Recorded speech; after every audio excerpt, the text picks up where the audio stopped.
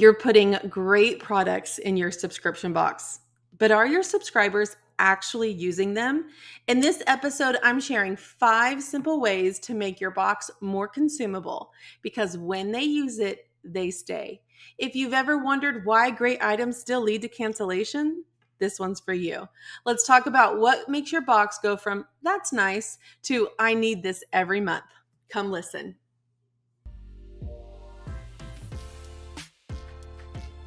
Welcome to the Launch Your Box podcast with weekly tips, tricks, and strategies to start, launch, and grow your subscription box.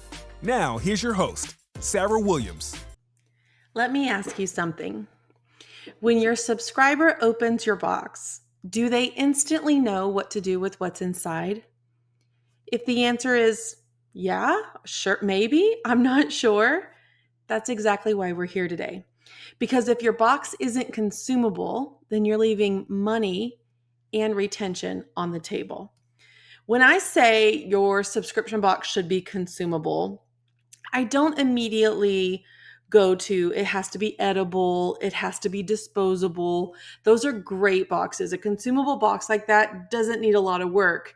But if your box is not traditionally consumable by eating it or using it and it's done, then here's where we need some action. My box is not readily consumable, so I have to create consumption with my box. So when someone opens my box, it should feel like there's a clear outcome from it. It should feel usable. It should feel easy to pull out the pieces and know what to do with them. So when someone opens my box, they have to say, do I know what to do with this? Do I know how to consume these items? Let me give you a little example because it's kind of this weird gray area. I had a spa box.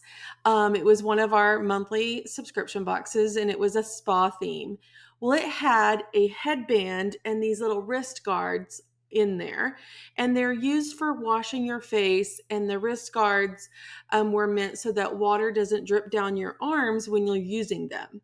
So many of our subscribers had no clue what this was. They thought I gave them a sweatband from the 80s, the wristbands and the headband. And it was a complete miss for me because I didn't show them how they were consumable and they didn't know how to use them, so they couldn't consume them. And when people don't consume stuff, they leave it sitting on the counter. They say this is a waste. They feel like they're not getting their money's worth. And so that was a big miss for me. When I do box openings, I will see craft boxes, and this is one that comes to mind really easily. And they typically come with like blank pieces that you have to paint or put together. And there's no clue of what the finished project looks like.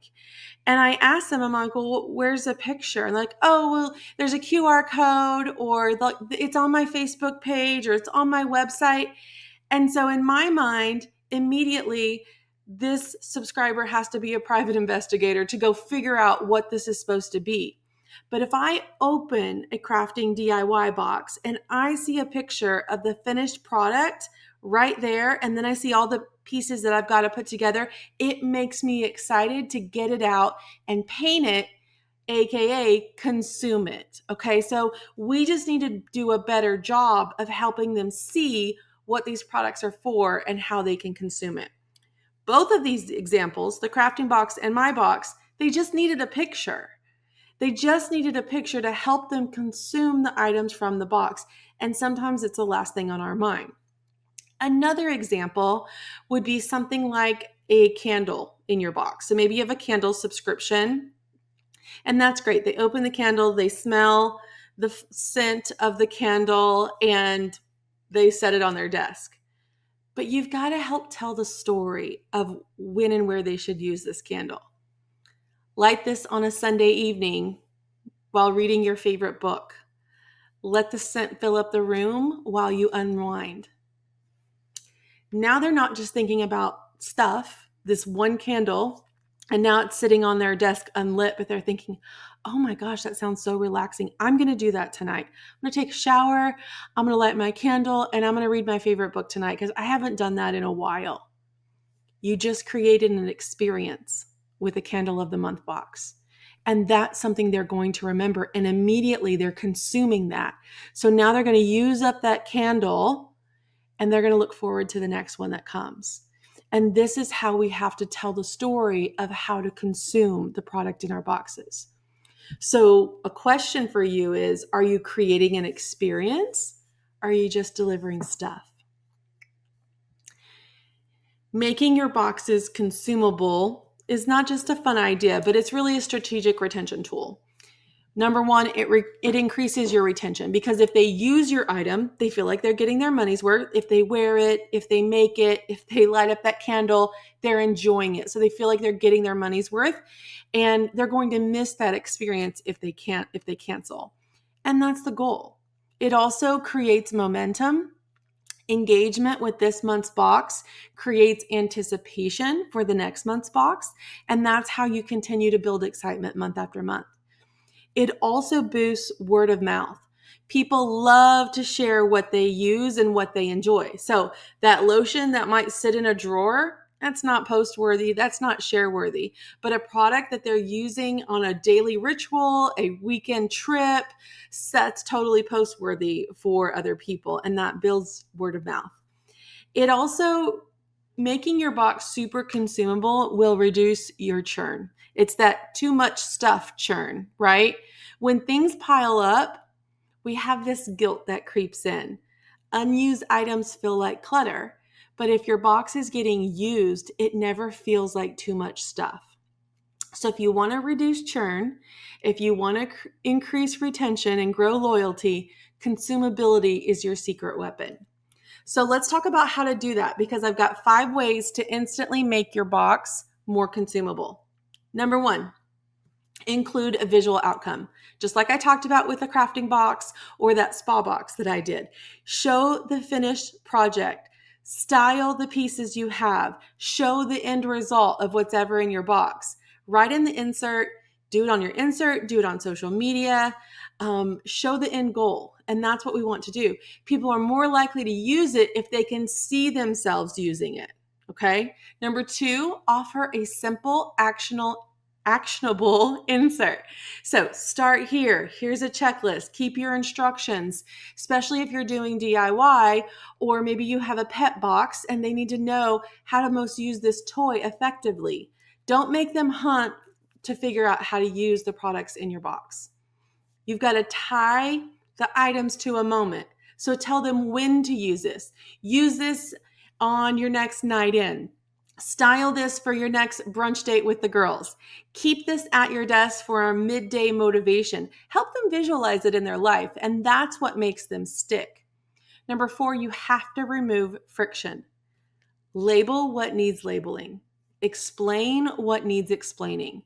That bonus fabric, that mystery sticker, tell them what it's for and why it's there. The less they have to guess, the more they'll engage. And number 5, be the influencer, not just the curator. Show up using your own box. Show up on socials, maybe on Instagram Reels, maybe in your Facebook group. Show up in your emails. You've got to model it, use it, and show them how it fits into your life.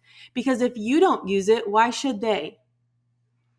Now, I want you to audit your next box before you ship it. So here's a 5-question audit I have for you. Number 1, if I gave this to a stranger, would they know what to do with it? Seems simple, right? Yes or no? Number 2, can my subscriber use at least 70% of this box within the next 7 days? Think about it. Can my subscriber use at least 70% of this box in the next 7 days? Number 3, have I clearly shown or explained how to use each item? Number 4 is, have I included visual or verbal cues that invite action inside the box? And number 5, have I modeled the experience myself? Have I done that on video? Have I done that on photos? Have I done that in email? If you can't answer yes to at least 4 of these 5, you have an opportunity to level up that box before it goes out. A consumable box is totally a retention play. If they use it, they'll want more of it. If they don't, they're going to forget about it and cancel. So audit your next box using these 5 questions and come back right here next week for another Friday Fuel episode.